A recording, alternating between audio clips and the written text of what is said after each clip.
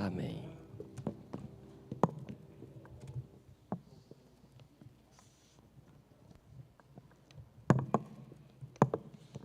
Glória a Deus. Sejam todos bem-vindos à casa do Senhor. Amém. Oi? Sejam todos bem-vindos à casa do Senhor. Amém, gente. Glória a Deus.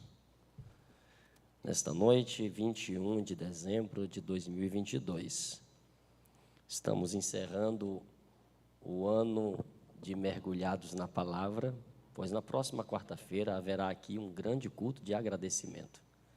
E eu já quero convidar vocês todos que estiverem na cidade. Já não haverá mais essa correria de Natal que está tendo hoje, né? É notório a ausência de muitos irmãos, mas nós queremos que Deus nos proporcione a oportunidade de um culto muito especial, de verdade, tá bom? E que vocês venham prestar um agradecimento a Deus com todo o vosso coração, num culto muito, muito, muito especial. Será o último culto do ano, e aí nós retornamos no dia 1º, com um culto apenas, né? No dia 1º haverá apenas um culto, que será o culto já inicial da abertura dos 7 dias de primícia. Vai de domingo até sábado. Sábado vai ser um encerramento grande aqui na igreja. E aí, no domingo, dia 8, haverá ceia pela manhã, no culto das 9 horas e no culto das 17 horas. E assim, a gente continua mais um ano. Eu tenho a sensação minha, né, esses dias, de que, meu Deus, como o ano passou tão rápido. Eu confesso a vocês que eu tenho lembranças de minha infância e juventude, o quanto que um ano se demorava tanto para passar. Menina, a gente chegava no meio do ano e dizia, era assim, fala, meu Deus do céu, ainda tem mais um tanto desse para terminar o ano. Agora a gente entra no primeiro dia do ano, irmão, dá um cochilo, abre o olho, acabou. Né? A Bíblia, ela é profética, pastor Humberto. Ela diz que no fim dos tempos os dias seriam abreviados. E essa abreviação dos tempos, ela é a percepção que você tem quanto ao tempo. Não significa que os dias serão mais curtos, né? Não é isso. Mas é a percepção do tempo. Como que o nosso tempo seria roubado, né?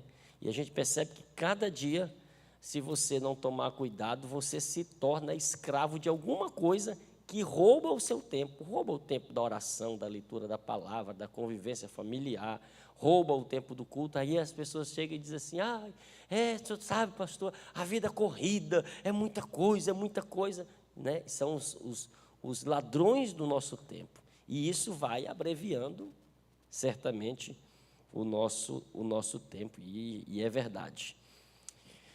Bem, eu hoje, de verdade, quero trazer a vocês uma palavra com, digamos assim, um fechamento, né, geral, de tudo que a gente pregou nesses últimos 2 meses, especificamente nestes últimos 2 meses, entre novembro e dezembro, sobre libertação espiritual.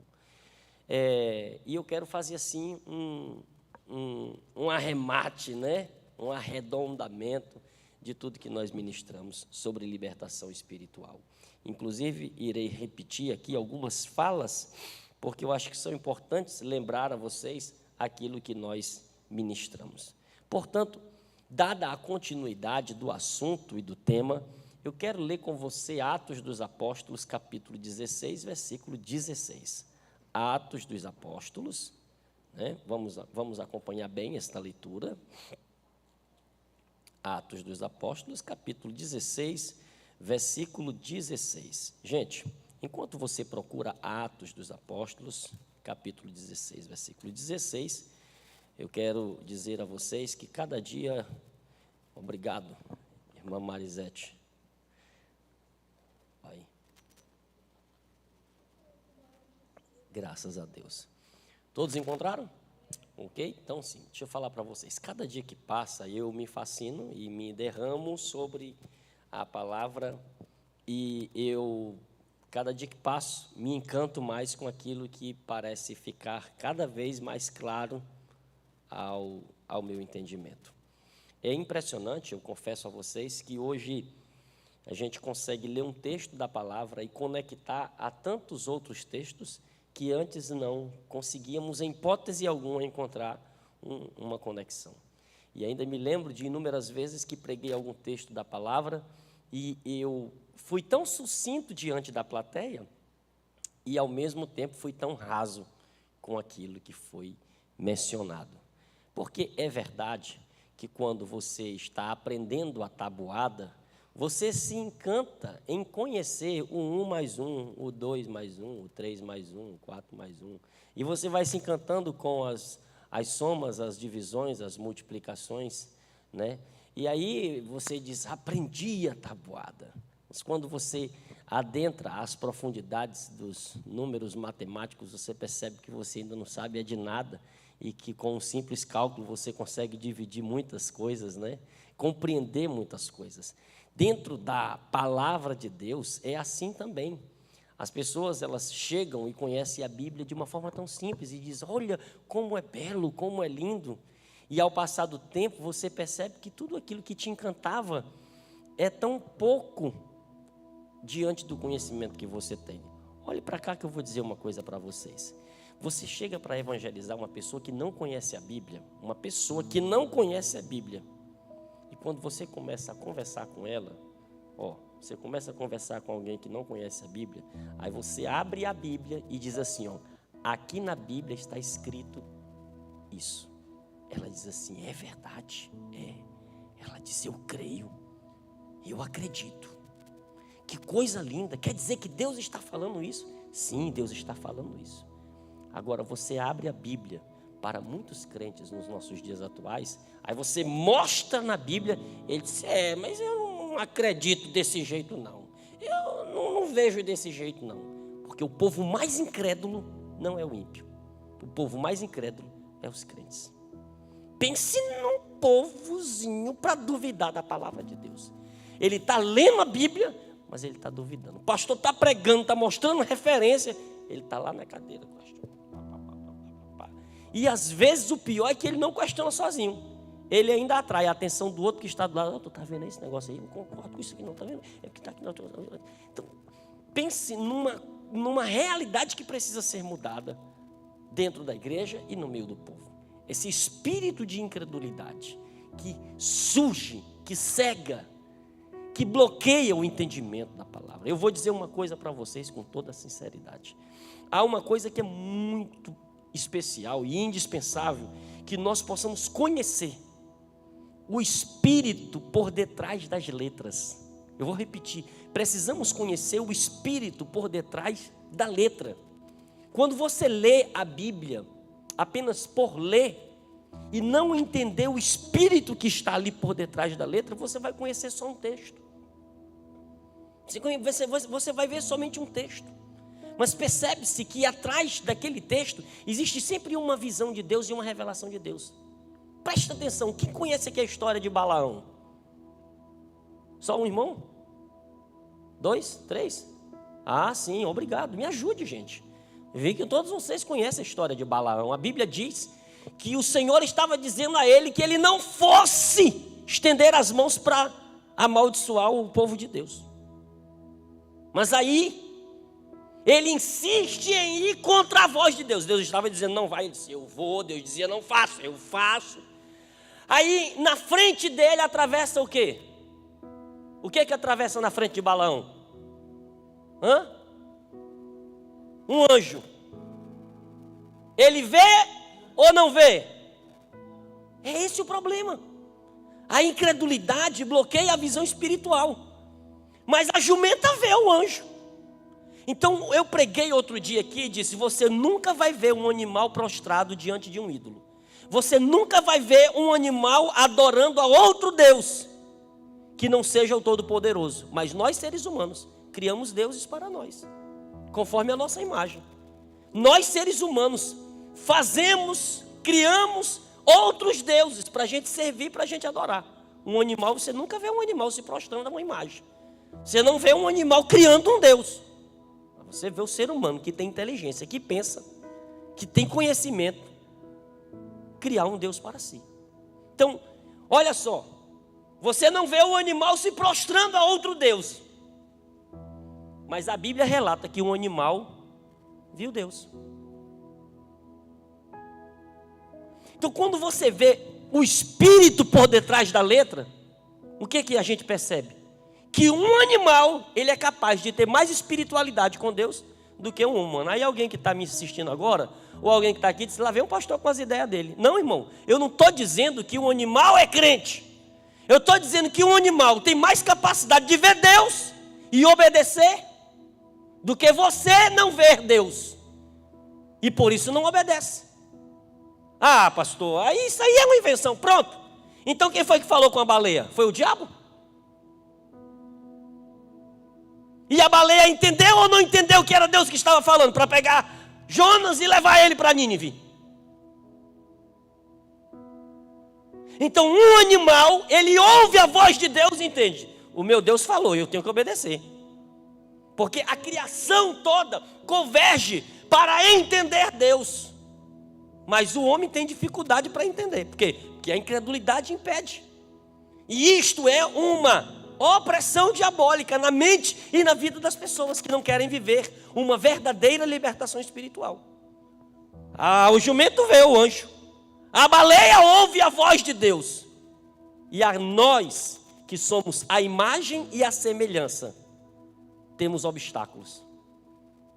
Então por isso que eu digo, um animal, ele consegue ter um relacionamento de obediência a Deus maior, sem o entendimento que nós temos, do que nós mesmos termos o entendimento de obedecermos ao Senhor. Porque vivemos a vida na guerra, na luta, lutando contra Deus, lutando contra Deus. É lamentável, mas é uma verdade.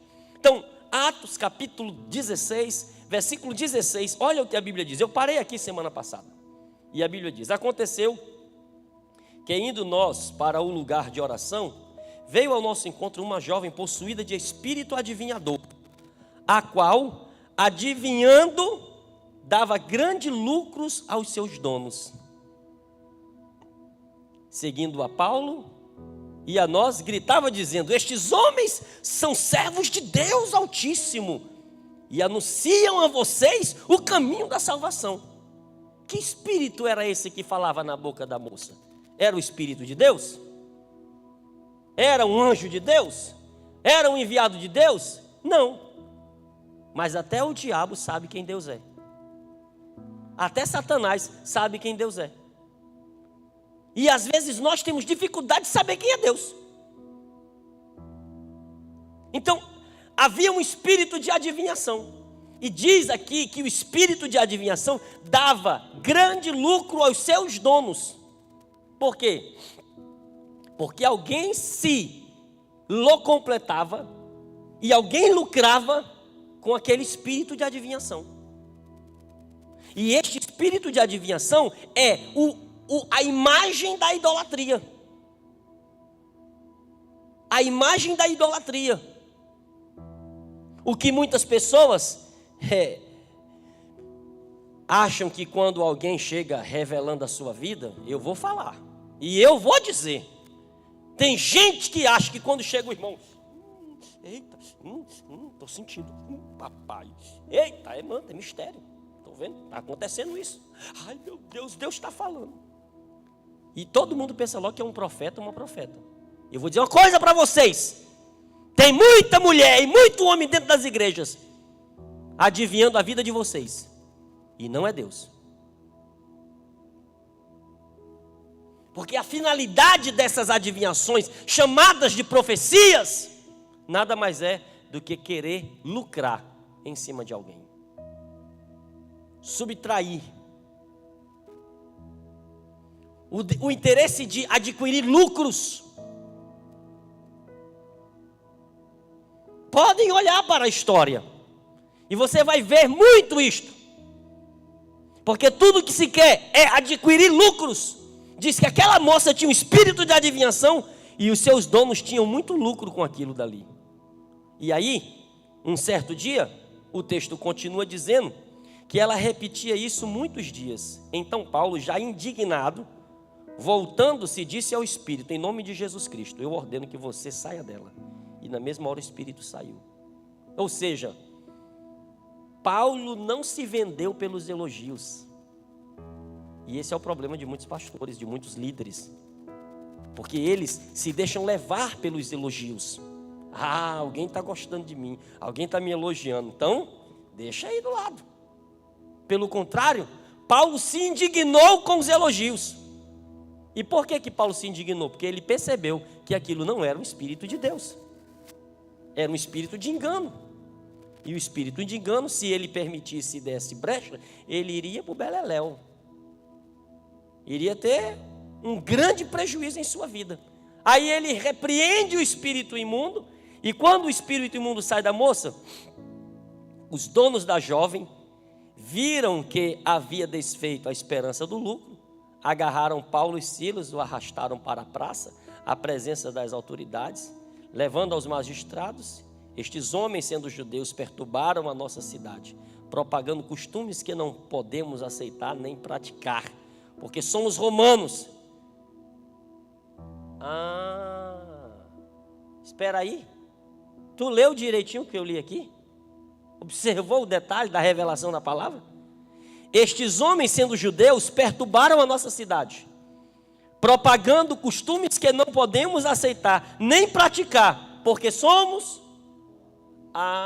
de onde é que vem a idolatria?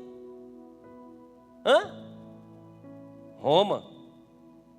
Mas um dia ela se absteve do nome do cristianismo para ser a católica apostólica romana. O interesse de Roma sempre foi lucros. Roma, escuta isso, Roma nunca esteve do lado de quem não lhe dá lucro. E por isso eles expulsaram Paulo e Silas, porque a pregação deles e o espírito que estava sobre eles libertava o povo do engano.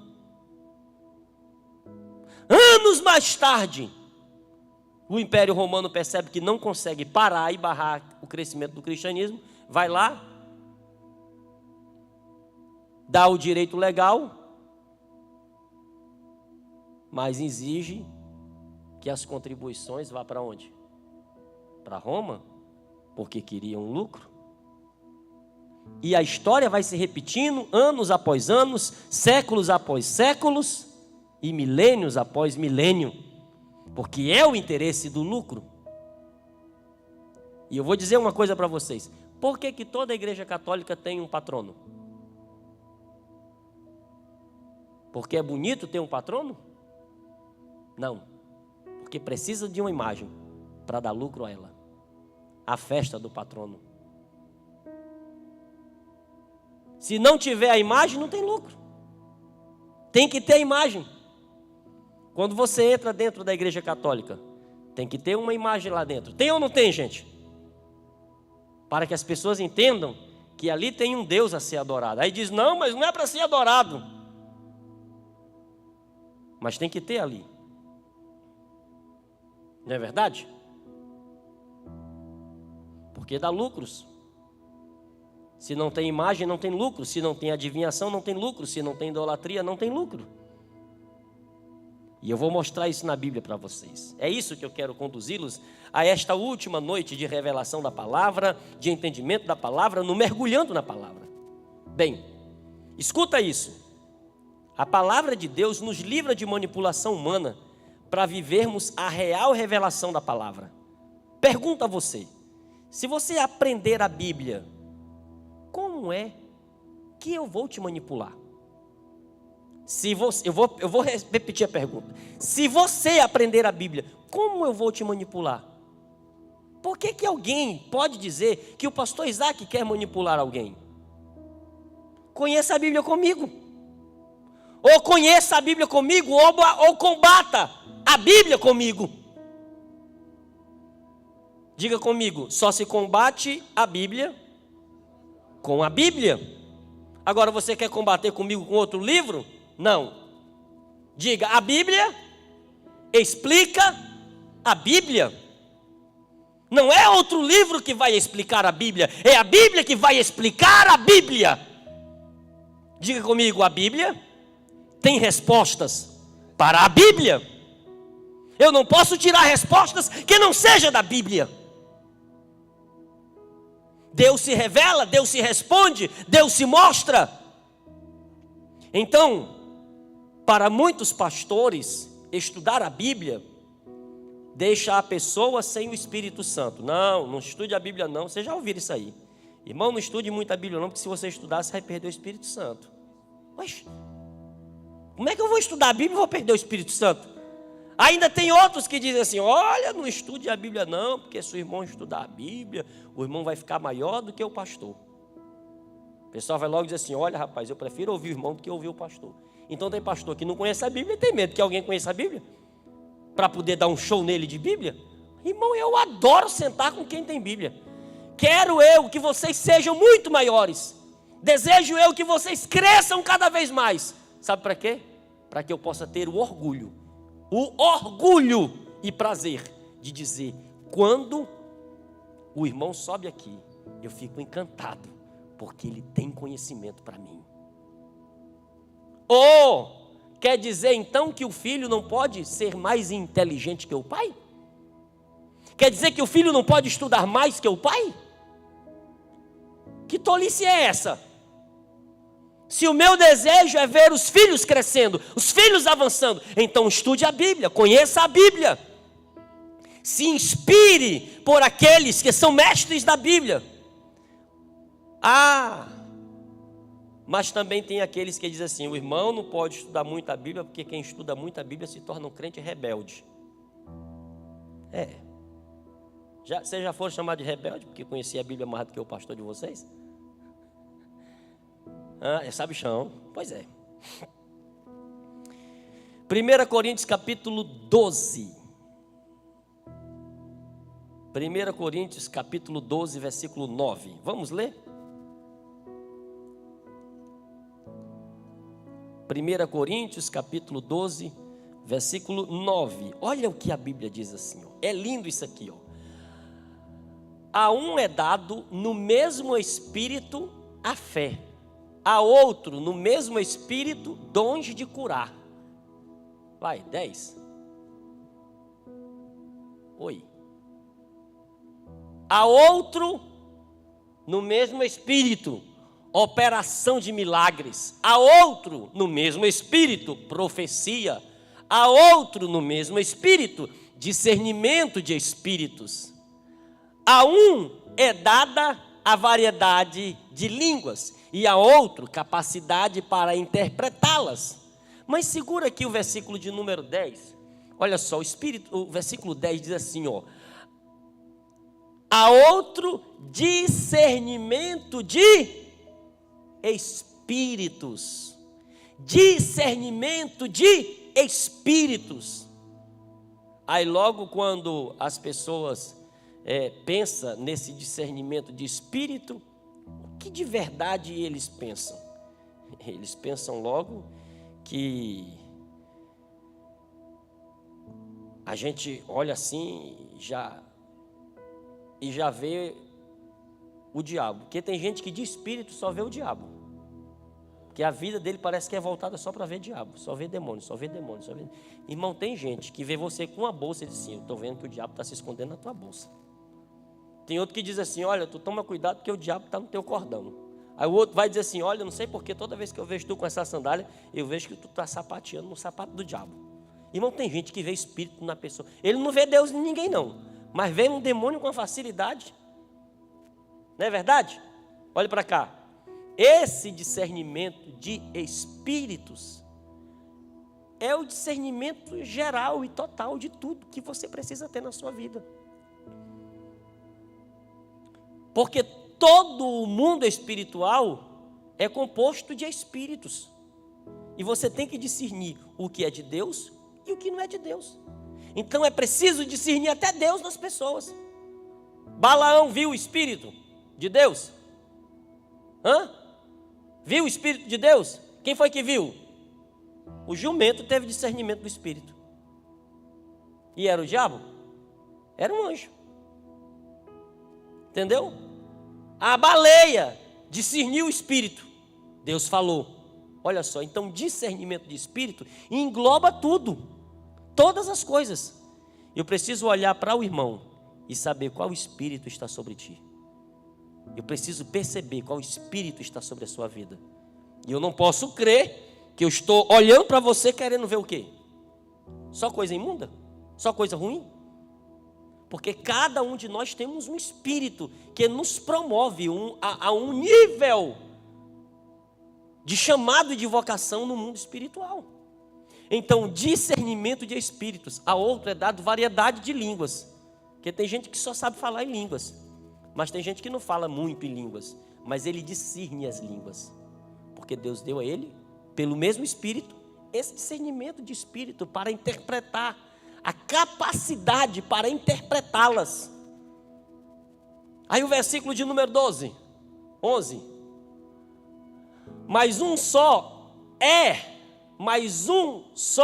e o mesmo Espírito, mas um só e o mesmo Espírito realiza todas estas coisas, distribuindo-as a cada um individualmente conforme Ele quer. É incrível, né? Mas tem um espírito sobre ti que não é o que você pediu, é o que Deus quer que você tenha. Existe um direcionamento de Deus na sua vida que não é o que você de repente quer, mas é o que Deus quer. Você tem que discernir isso na sua vida. O que é que o Senhor quer?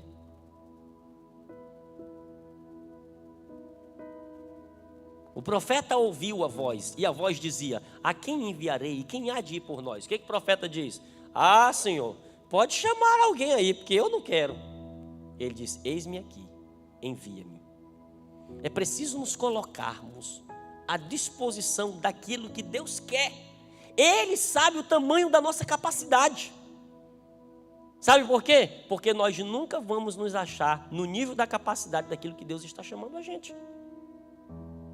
Existem muitas pessoas assim: não, eu não me vejo assim não, eu não, né? não me vejo assim não. Mas escute uma coisa: Deus sabe o nível da sua capacidade. Muitos pastores caíram em laços de morte, porque não soube discernir o espírito das pessoas. Chegou um irmão uma vez para o pastor e disse: oh, meu pastor, aleluia, eita, mas eu gosto do seu pastor, quero fazer aqui uma oferta na tua vida, quero abençoar você, tá? Aí o pastor disse assim: eita, é de Deus, Espírito de Deus está usando o irmão para me abençoar. Aí o pastor recebeu, o irmão foi entrando na casa do pastor, foi entrando na casa do pastor, foi entrando na casa do pastor. Chegou um dia que o Espírito se manifestou. A oferta, a bondade, a obediência, o bom trato, era um espírito de engano para derrubar o pastor e para matar a vida do pastor. E o pastor caiu por quê? Porque não discerniu o espírito. O espírito chegou de adivinhação: Paulo é um homem de Deus, ouça, porque ele prega Jesus Cristo, o caminho da verdade.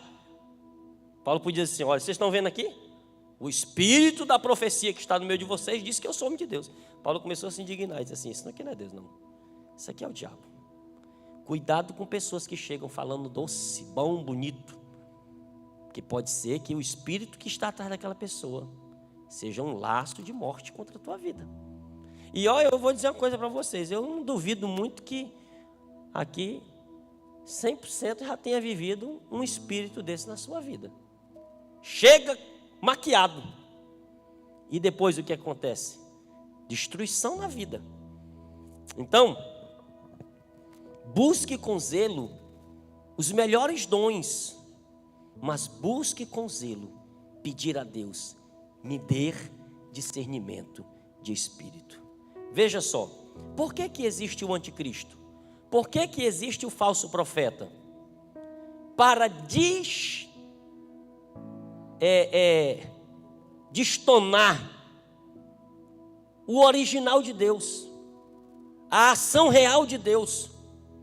Os falsos profetas, os anticristos que estão surgindo, que vão surgir, eles vêm com uma mensagem bonita, mas por trás é um laço de destruição.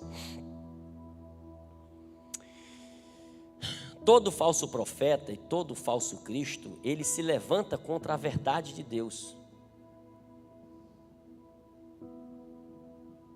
E quando eu vejo, e isso aqui eu vou precisar dizer, eu anotei, mas eu anotei dizendo, não vou falar, e o Senhor me dê graça, dirija o meu coração. Eu vejo nestes dias, e não porque eu sou pastor de uma igreja, mas porque eu não vejo frutificar ninguém no mundo espiritual que combate os princípios da palavra. Me mostre um que frutifique como ministro, como servo, como cristão, como pastor, como pregador, que combate os ensinos da palavra. Eu vou falar uma coisa que eu tenho falado muito aqui, porque é para libertar a mente de vocês, para libertar a vida espiritual de vocês. Eu vejo nesses últimos dias muitas pessoas se levantarem contra a oferta, contra o dízimo, dentro da casa de Deus. E eu só me pergunto uma coisa, viu, Anderson? Eu só me pergunto uma coisa. Diante de todos os mestres da Bíblia Sagrada, você não vê um dentro da Bíblia combatendo o dízimo e a oferta. Por que hoje em dia se combate? Se a Bíblia tem resposta para a Bíblia, você encontra na Bíblia alguém combatendo o dízimo e a oferta? Me mostre na Bíblia. Você percebe que todas as pessoas que combatem o dízimo e a oferta, eles têm achismos na sua mente, mas não conseguem base bíblica para provar nada. Como eu posso combater a Bíblia sem usar ela contra ela? Como eu posso desfazer dela se eu não tenho um versículo dentro dela para desfazer o ensino dela? Mas porque eu acho, olha, está vendo o espírito do achismo? E me mostre um grande homem de Deus e uma grande mulher de Deus que vive combatendo os ensinos da palavra, crescer e prosperar espiritualmente. E isto tudo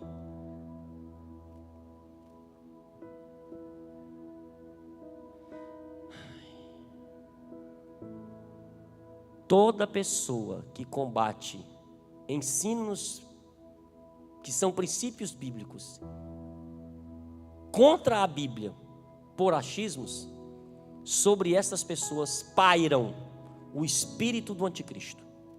Porque o anticristo, ele vai um dia tentar abolir os princípios bíblicos para que ele seja o princípio de tudo.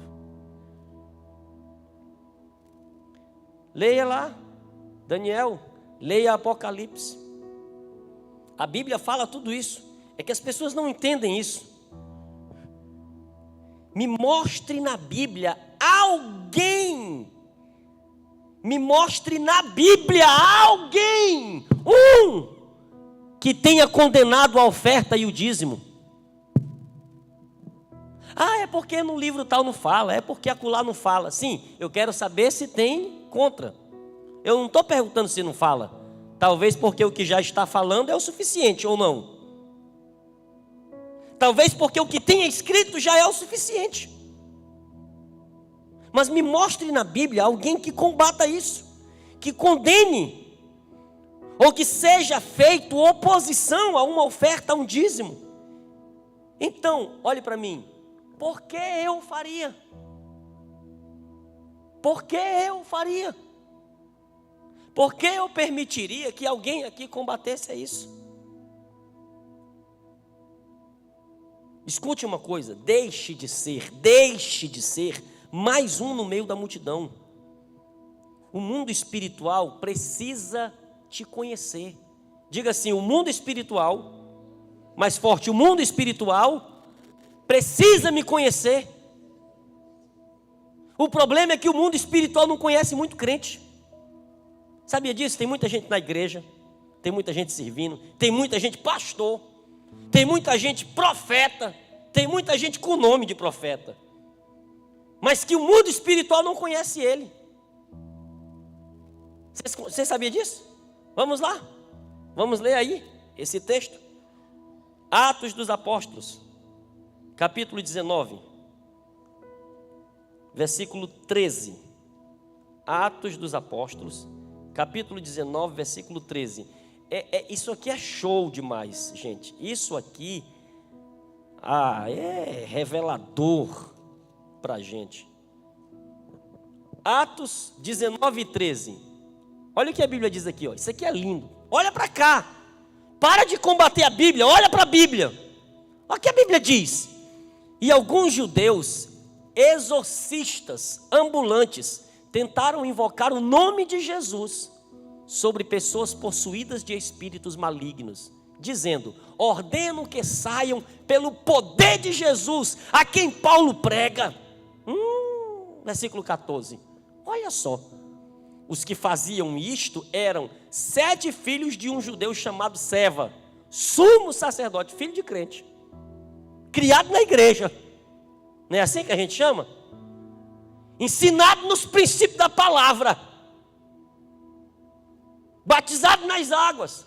Mas aí o versículo 15 diz que o espírito maligno respondeu aos filhos de Seva: conheço Jesus e sei quem é Paulo, mas vocês quem são? Você precisa ser conhecido no mundo espiritual. Paulo era conhecido no mundo espiritual. Jesus era conhecido dos espíritos. Mas os filhos de Seva, do sumo sacerdote, os crentes da igreja, os filhos da igreja, o espírito diz: vocês quem são? Conheço vocês não. Não sei quem é vocês não. Não conheço vocês. Como é que eu vou obedecer alguma coisa se eu não sei quem é vocês? Então tem muitas pessoas que não são conhecidas no mundo espiritual. Eles levam o nome de filho de crente. Eles levam o nome de filho do sacerdote. Eles levam nomes de quem atua na igreja. Mas no mundo espiritual não é conhecido. É conhecido por mim, é conhecido pela igreja, é conhecido pelos irmãos, pelos amigos. Tem um RG, um CPF brasileiro. Mas o mundo espiritual não sabe da identidade dele, da existência dele. Por quê? Porque não é conhecido. Nós precisamos ser conhecidos no mundo espiritual. Bem sei quem é Jesus, bem sei quem é Paulo, mas você quem é? Isso aqui é sério demais. Expulsar demônio não é o mesmo que desfazer as obras do diabo. Os espíritos, eles reconhecem ou conhecem apenas quem desfaz as suas obras. Quem foi que desfez a minha obra aqui? Quem foi que desfez aqui? Não, isso aqui quem desfez foi o irmão Cláudio. O Cláudio, quero ver quem é ele. Chega lá e diz: rapaz, esse aqui é o cara que desfaz. Então tem pessoas que acham que expulsa demônio, o diabo sabe quem ele é. Não. Nós temos que desfazer as obras do diabo. Veja aí, Atos 19, 23. Atos 19, 23. Olha que coisa incrível aqui, ó. Na mesma linha. Por esse tempo houve grande tumulto em Éfeso, por causa do caminho. O caminho era o nome dado aos cristãos, né? Pois um ourives, chamado Demétrio, que fazia modelos de prata do templo de Diana e que dava muito lucro aos artífices, convocando-os juntamente com os outros do mesmo ofício, disse-lhes: senhores, vocês sabem que a nossa prosperidade vem deste ofício, e agora vocês estão vendo e ouvindo que não só em Éfeso, mas em quase toda a província da Ásia, este Paulo tem persuadido e desencaminhado muita gente, afirmando que os deuses feitos por mãos humanas não são deuses de verdade. Não somente há o perigo de o nosso negócio cair em descrédito, como também de que o próprio templo da grande deusa Diana seja considerado sem valor, e que até venha a ser destruída a majestade daquela que toda a província da Ásia e o mundo adoram. Olha só, ouvindo isto, ficaram furiosos e começaram a gritar: grande é a Diana dos Efésios. A confusão se espalhou pela cidade e todos juntos foram correndo para o teatro, arrastando consigo os macedônios, Gaio e Aristarco, companheiros de Paulo. Olha, se levantou uma guerra, porque os ourives que faziam as imagens de escultura, que fazia as imagens da deusa Diana, começou a perder os clientes. E o templo começou a perder gente também. Eu vou dizer, todo padre sabe que a imagem é um pecado contra Deus. E por que eles não tiram dos seus templos? Porque no dia que tirar, para de dar lucro para Roma.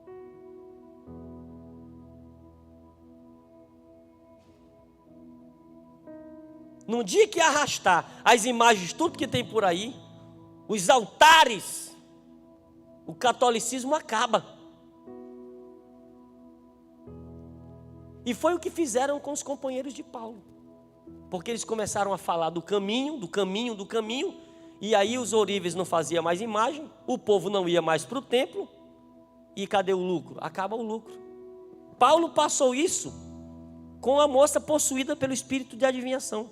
E agora a igreja que crescia, mudava a mentalidade das pessoas.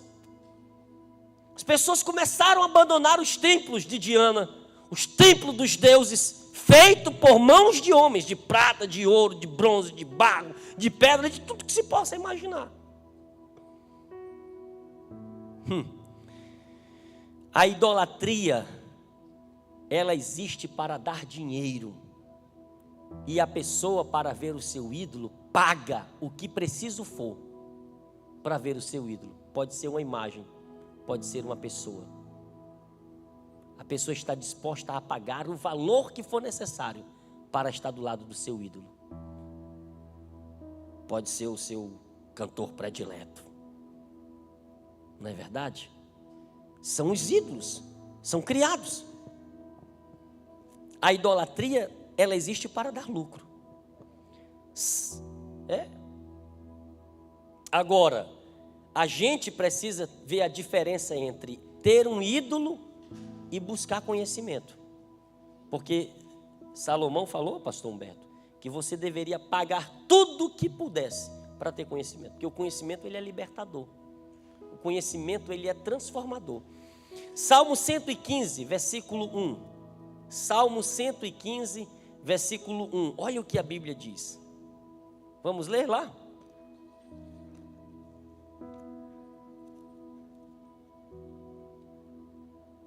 Já tão lido por nós, mas olha o que diz aqui, ó. Não a nós, Senhor, não a nós, mas ao teu nome da glória, por amor da tua misericórdia e da tua fidelidade. Uau! Porque diriam as nações: onde está o Deus deles? O nosso Deus está no céu e faz tudo como lhe agrada. Os gentios dirão, no versículo 2, onde está o Deus deles? Porque quando se entrava no templo de Diana, o que é que se via? A imagem de Diana, não é? Quando se chegava lá, via Diana. Só que quando chegava no templo do povo do caminho, cadê o Deus deles? Cadê o Deus deles? Está aí, ó.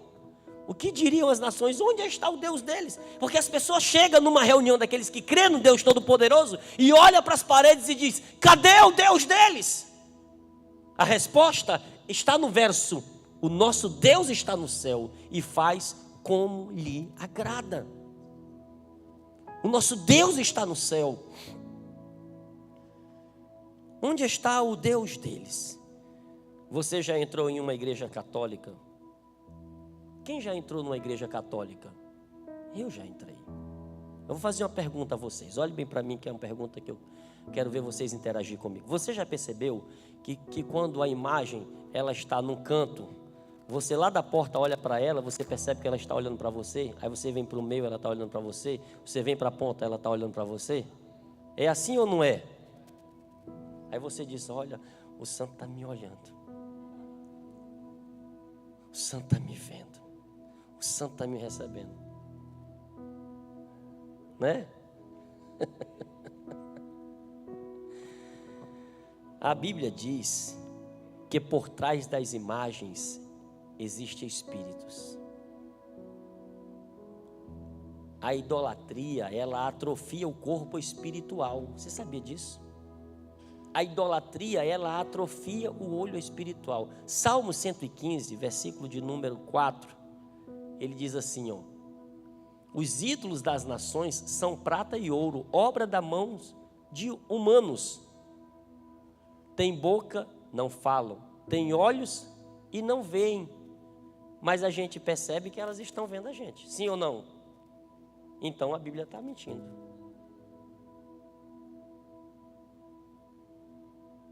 Tem olhos e não veem. Tem boca e não falam. Tem o que mais? Ouvidos e não ouvem. Nariz e não cheiram.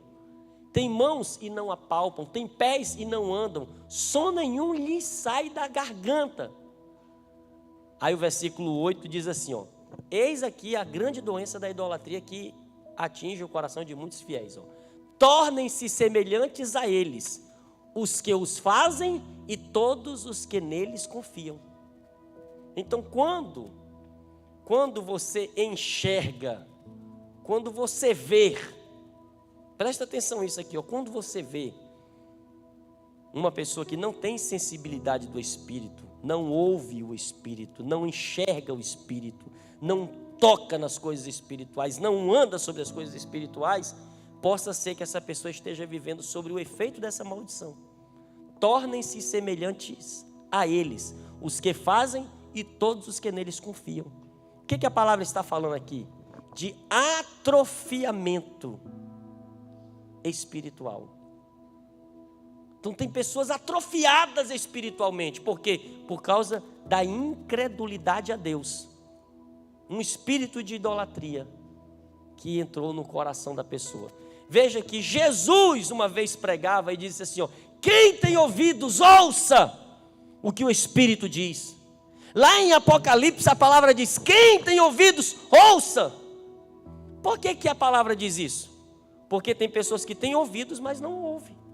Deus está falando, mas a pessoa não está ouvindo. Deus está falando com a igreja, o povo não está ouvindo. Eu sinto uma dificuldade enorme dentro da igreja que eu sou pastor, porque Deus tem usado a minha pessoa para levantar uma igreja poderosa, uma igreja grande, e eu vejo que ainda há muitos irmãos que não têm ouvido a voz de Deus neste lugar, por causa da idolatria, por causa que os seus órgãos ou sentidos espirituais estão atrofiados. Eu tenho entrado numa batalha muito grande, mas eu tenho dito: Deus, eu vou vencer esta guerra.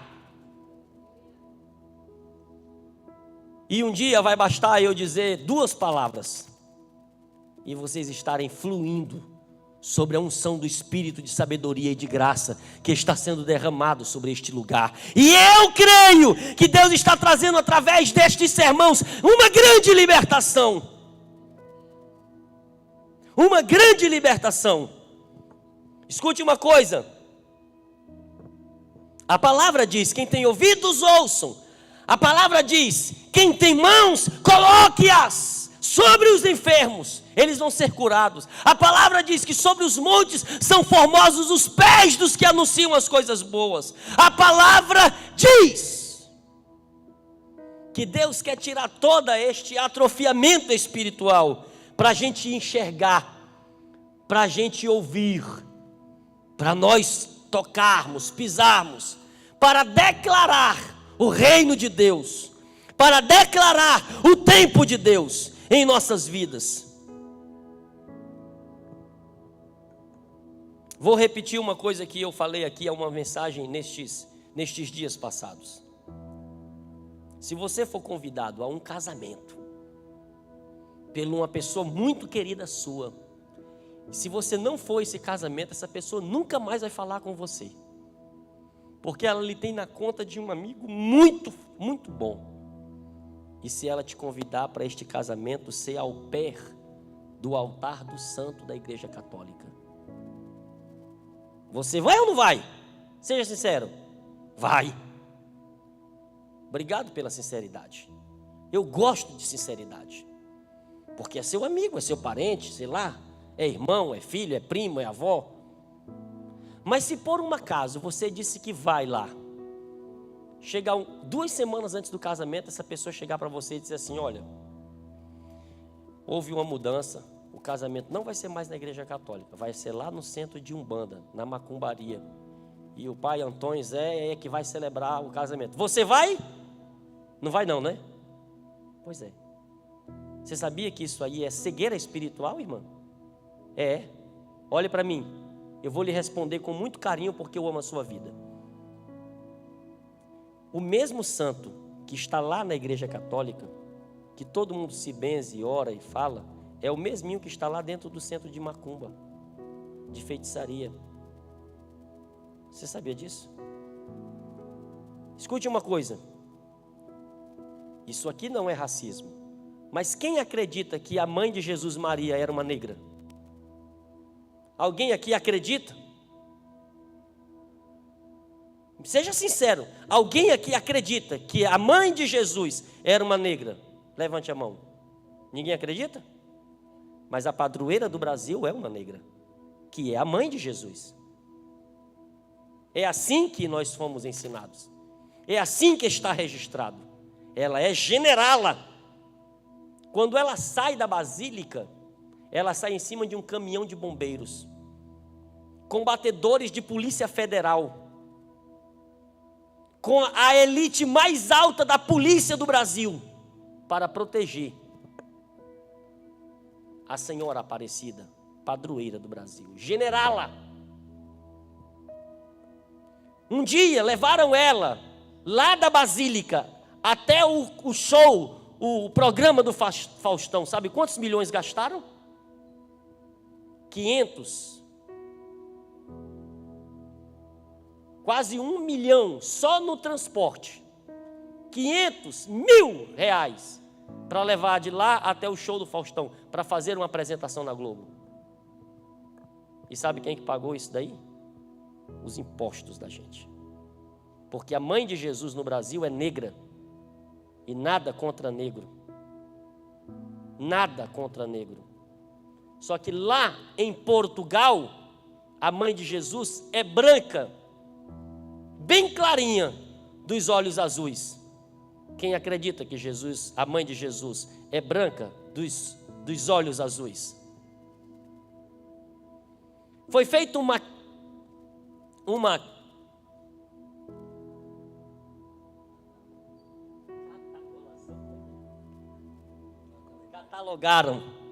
catalogaram no mundo inteiro quantas mães de Jesus são feitas.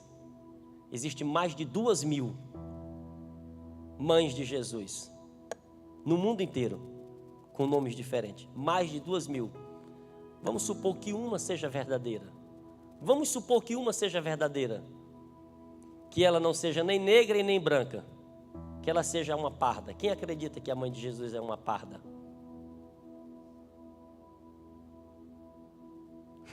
O Maurício só faz assim, ó. Maurício só faz assim. Por que, Maurício? Eu amo Maria, porque ela teve a honra e a graça que mais nenhuma mulher teve. A Bíblia diz que ela seja honrada, venerada entre todas as mulheres. Respeitada e honrada. Nós temos respeito por esta mulher, porque ela trouxe no ventre o Salvador. Mas quem é Maria? Aí você vai no casamento na igreja católica, ao pé do altar, você aceita o padre colocar água benta na aliança. Lá na macumbaria não vai, porque é macumbaria. É o mesmo santo. Não, mas é porque lá na igreja católica é bonito, né? E na macumbaria é feio? Não é o mesmo santo?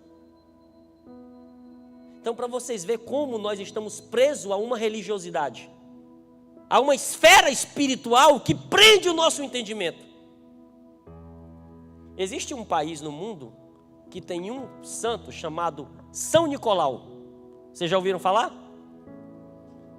Você iria a um culto na igreja de São Nicolau? Uma missa lá? Vocês iriam?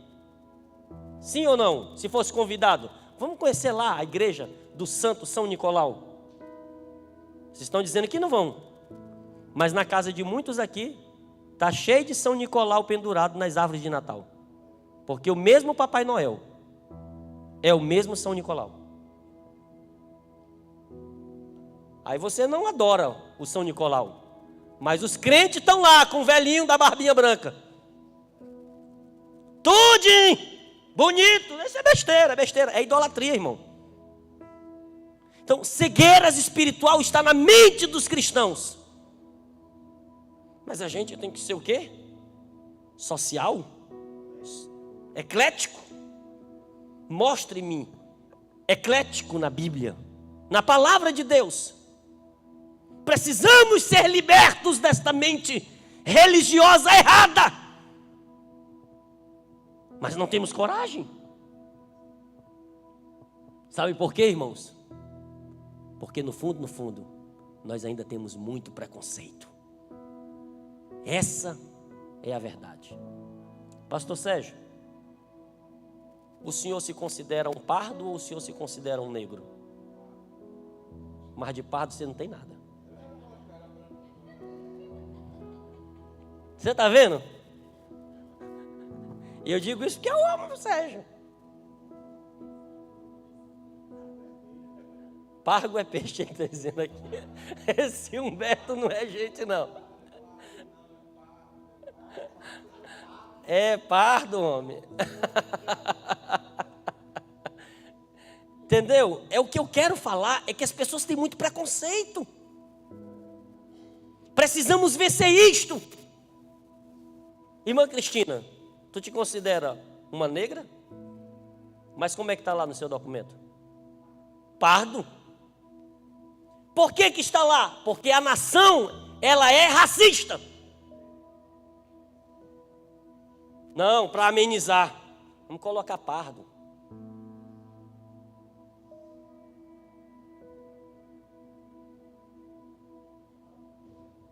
Então, gente, precisamos libertar esta mente atrofiada e entender que existe uma revelação do céu para nós. Por incrível que pareça, apesar de eu ter esse cabelo metido a liso, que de liso não é nada, quando ele cresce ele fica todo avoado. Minha vovó, Maria Margarida, era uma negra, do cabelo bem enroladinho. E minha bisavó, Bibiana, era uma índia. E eu a conheci quando ainda tinha 7 anos de idade, lembro de Bibiana. Bem escurinha, do cabelo liso. Mas meu pai era um filho de português legítimo. E eu saí assim. Mas eu tenho irmãos na minha família que são assim, igual você, irmã Cristina. Igual você, pastor Sérgio. Na minha família, irmãos meus. Tem um que já não está mais em vida entre nós, chamado Adelino, que ele era chamado de Neguinho. Justamente porque ele era mesmo neguinho. Filho de minha mãe, irmão de sangue. Então nós temos que vencer esses preconceitos e entender que pelo sangue de Jesus nós somos um. Não existe diferença,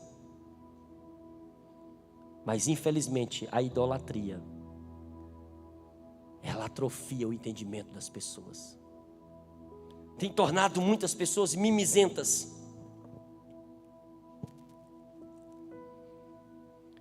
Deixa eu ler aqui uma referência para vocês. 1 Coríntios capítulo 10, versículo de número 20. 1 Coríntios capítulo 10, versículo 20. 1 Coríntios 10 e 19. Olha o que a Bíblia diz. O que quero dizer com isto?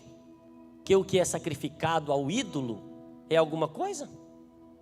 Ou que o próprio ídolo tem algum valor? Não digo que as coisas que eles sacrificam são sacrificadas a demônios. Não. Digo que as coisas que eles sacrificam são sacrificadas a demônios e não a Deus. E eu não quero que vocês estejam em comunhão com os demônios. Paulo disse isso. Na igreja católica, no casamento, é bonito, o padre pega a água benta e joga nas alianças, para benzer as alianças. O santo está lá no pé do altar. É ele que está ministrando a bênção. Na igreja católica, é assim. Lá no centro de Umbanda, na macumbaria, o pai de santo vai matar uma avezinha, vai pegar o sangue e vai colocar na aliança. Mas lá na igreja católica é água benta. Então vocês veem que não... O que muda? A água e o sangue? A palavra está dizendo não. Digo que as coisas que eles sacrificam são sacrificadas a demônios e não a Deus. E eu não quero que vocês estejam em comunhão com os demônios. Na igreja católica, Iemanjá é uma mãe de Jesus. Na macumbaria, ela é a deusa das águas. Secretismo religioso.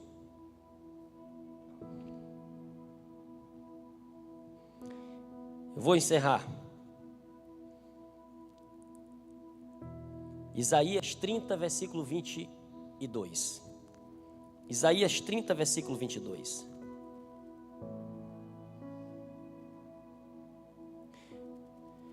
É você que está com quem está com as referências, procura para mim a referência que tem a palavra trapo de imundícia.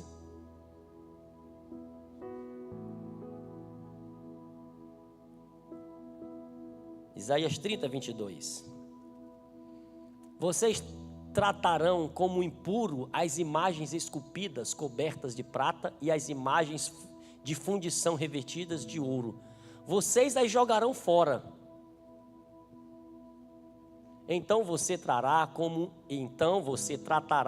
impura as suas imagens revestidas de prata e os seus ídolos recobertos de ouros. Vocês as jogará fora como um trapo imundo e lhes dirá fora. Trapo imundo. Você sabe o que é trapo imundo? É? O que é, irmã?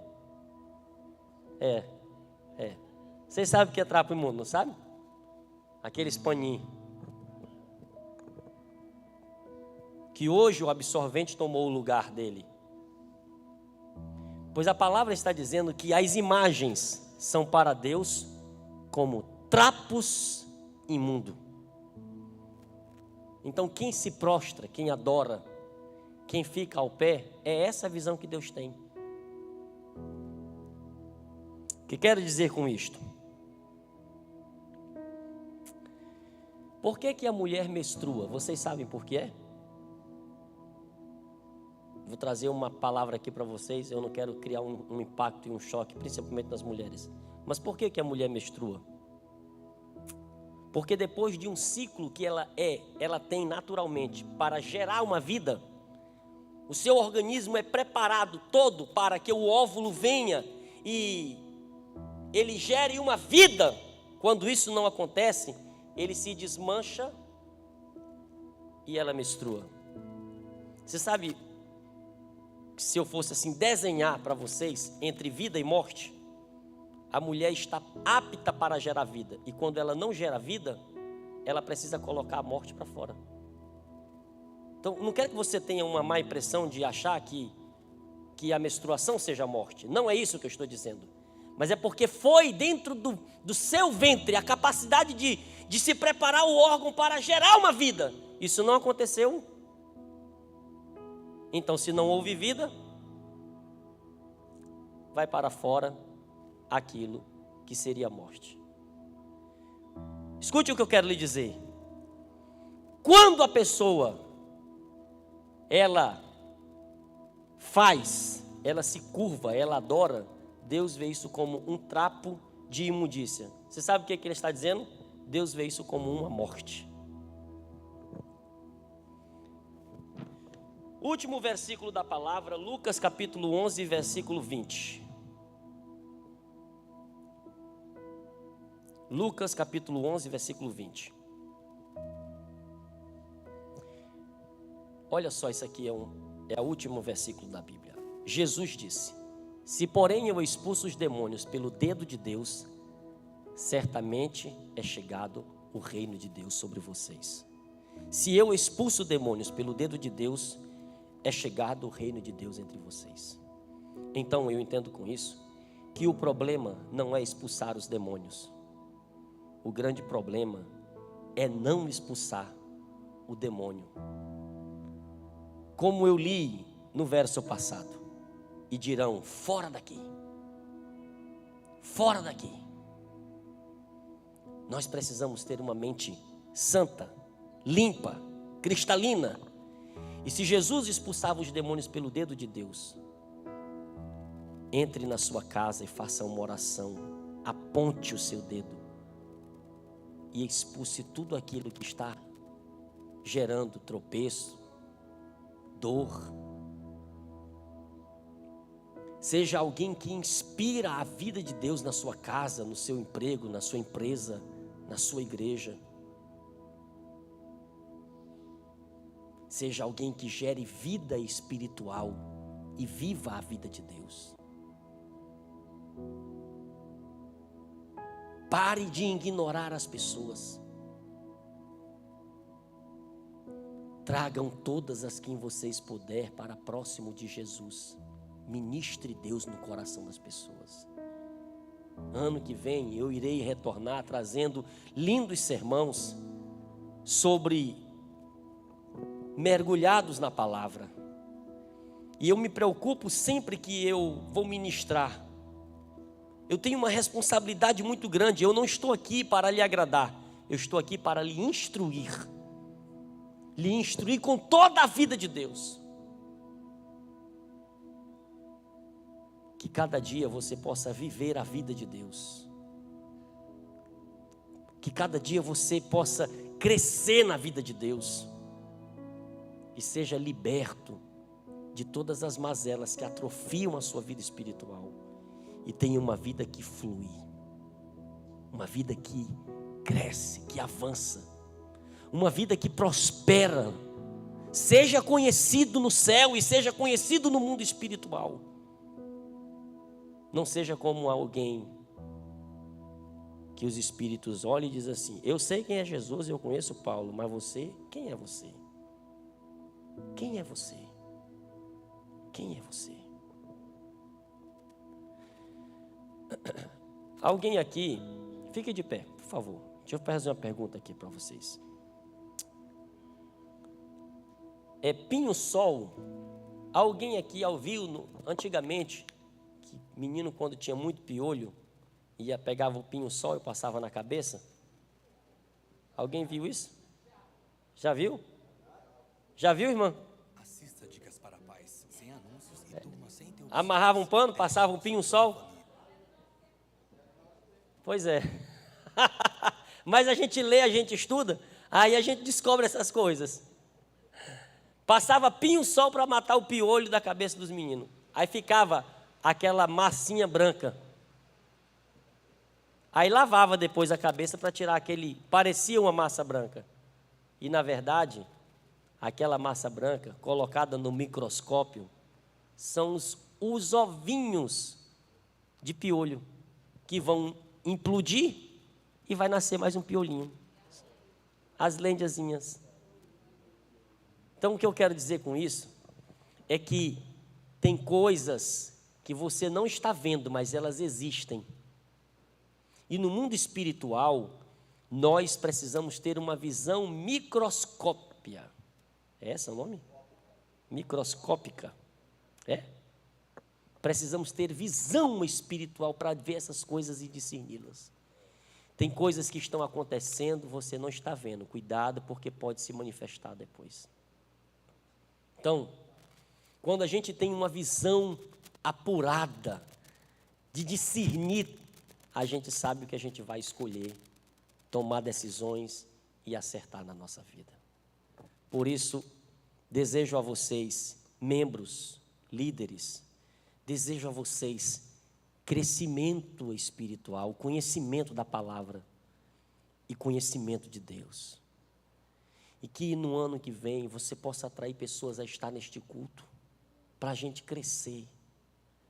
E eu quero, no próximo ano, tomarmos dimensões muito maiores. Eu tenho visto algumas coisas acontecendo, e como eu me dedico a etapas. Tudo é uma etapa, eu espero passar um tempo, aí parto para aquilo dali, sabe? Eu estive conversando com o pastor Sérgio Fernandes esses dias, ali na sua casa. E a sua esposa me revelou algo que ele sempre fala quando sai da igreja. E são coisas que eu já vejo acontecer. Durante um tempo, o Maurício, que anda muito comigo, eu dizia: Maurício, eu vejo a igreja assim. Eu vejo a igreja assim. Maurício, eu vejo aqui um negócio aqui nesse canto. Falava muitas vezes, não era, Maurício? Eu vejo nesse altar aqui, isso aqui, nem existia isso aqui, nada disso aqui. Eu dizia: eu vejo uma cortina aqui no canto. E eu dizia tudo que eu estava vendo, tudo que eu via na mente. Os ar-condicionados. Hoje, querendo Deus, é o último culto que vocês estão se assentando nessas cadeiras de plástico. A empresa ficou de me entregar até sexta-feira todas as poltronas acolchoadas. Eu sempre vi isso. Mas foi só isso que eu vi, não. Eu vi que, por um tempo, eu me dediquei muito a muitas coisas para a construção. Mas eu vejo uma igreja tão lotada. Meus olhos enxergam uma igreja tão lotada. Pessoas nestas laterais, pessoas nas portas, cadeira fora do templo. Porque as pessoas querem ouvir uma palavra de vida. As igrejas do Oba-Oba, elas estão com dias contados. Porque as igrejas do Oba-Oba, elas mesmas estão se fundindo para falir, por falta da palavra. Ninguém se sustenta no reino de Deus, gente, com oba-oba. A igreja precisa de alimento, de conhecimento. As pessoas precisam de conhecer a Deus. E os pastores precisam se voltar para a palavra.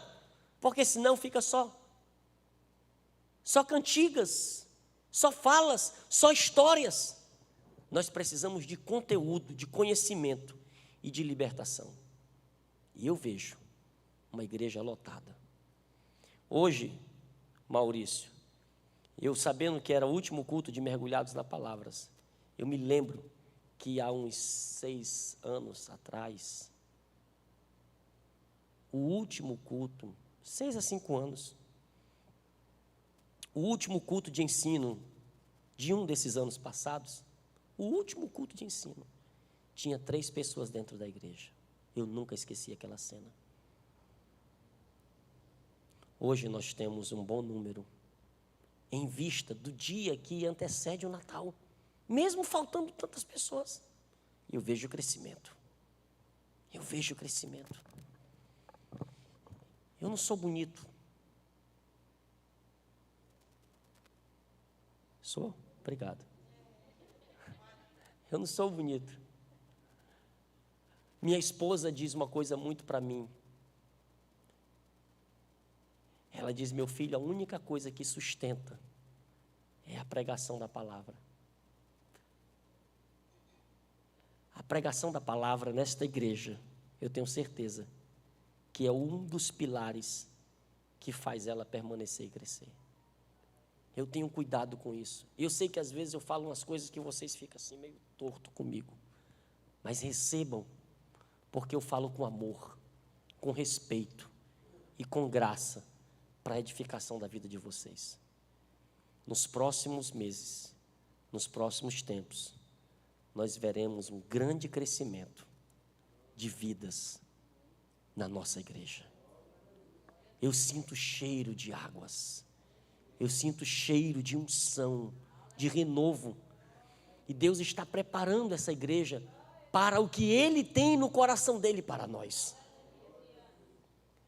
Uma das coisas que eu e o pastor Sérgio falamos, aliás, ele falou, eu fiquei ouvindo, é que essa igreja, esse ministério, não é fruto de divisão. Não é fruto de igreja dividida, que peguei uma turma de irmãos e pegou a igreja e tirei de outra, e tinha gente para cantar, e gente para tocar. Porque durante muito tempo, essas caixas que hoje são penduradas aqui, eu as montava e desmontava, todo culto. Não foi, Maurício? Montava e desmontava, montava e desmontava. Cadeiras montava e desmontava, todo culto. Então foi um tempo que Deus tem provado a minha fé, provado a minha renúncia. Até o dia de hoje eu renuncio a muita coisa. Até o dia de hoje eu abro mão de coisas minhas para que a obra aconteça. Eu me orgulho disso, sim, porque Deus me deu graça para chegar aqui. Mas vocês são os presentes de Deus nesta casa. Vocês são as promessas de Deus neste ministério. Eu quero ver vocês muito maior do que o que vocês são. Meu desejo é que Deus levante aqui pregadores, pastores, missionários, servos e servas dele, e ver vocês crescendo, amando o Senhor, servindo o Senhor, honrando os vossos irmãos, honrando a liderança, e praticarmos o reino de verdade nas nossas vidas. Amém? Vamos orar ao Senhor. Muito obrigado, Senhor, em nome de Jesus, por este dia. Esta noite que o Senhor nos permitiu, este último culto de mergulhados na palavra do ano de 2022. Pensei em colocar alguém para pregar, mas disse que não iria deixar passar esta bela oportunidade de ministrar nesta última noite de mergulhados na palavra. Por tudo que falamos aqui, eu quero declarar a vida de Deus nesta igreja, vida de Deus no coração do teu povo, vida de Deus em toda a estrutura, Senhor, de ministério que nós temos hoje neste lugar. Que a tua palavra comece a fluir e florir aquilo que tem sido semeado no coração do teu povo, fazendo-os crescer e superabundar, avançar em tudo e em todas as coisas. Seja a tua bênção no coração dos pastores, das pastoras, dos líderes, dos voluntários. Seja a tua palavra no coração de cada um. Minha oração também aqui, Senhor, é de agradecimento por todos que estão aqui, por todos que permanecem aqui, por todos que passaram por aqui, por todos que nos ajudaram, por todos que somaram, por todos que estão somando. Minha oração é de gratidão, Senhor, e eu te peço que o Senhor levante cada dia mais homens e mulheres cheios do Espírito Santo, cheios de sabedoria, cheios de amor, para dar uns aos outros, para sermos uma igreja que te agrade, que te sirva, que te adore, que te ame e que viva cada dia a tua palavra. Em nome de Jesus, é a minha oração, em nome de Jesus é o meu pedido. Levanta uma igreja viva e poderosa,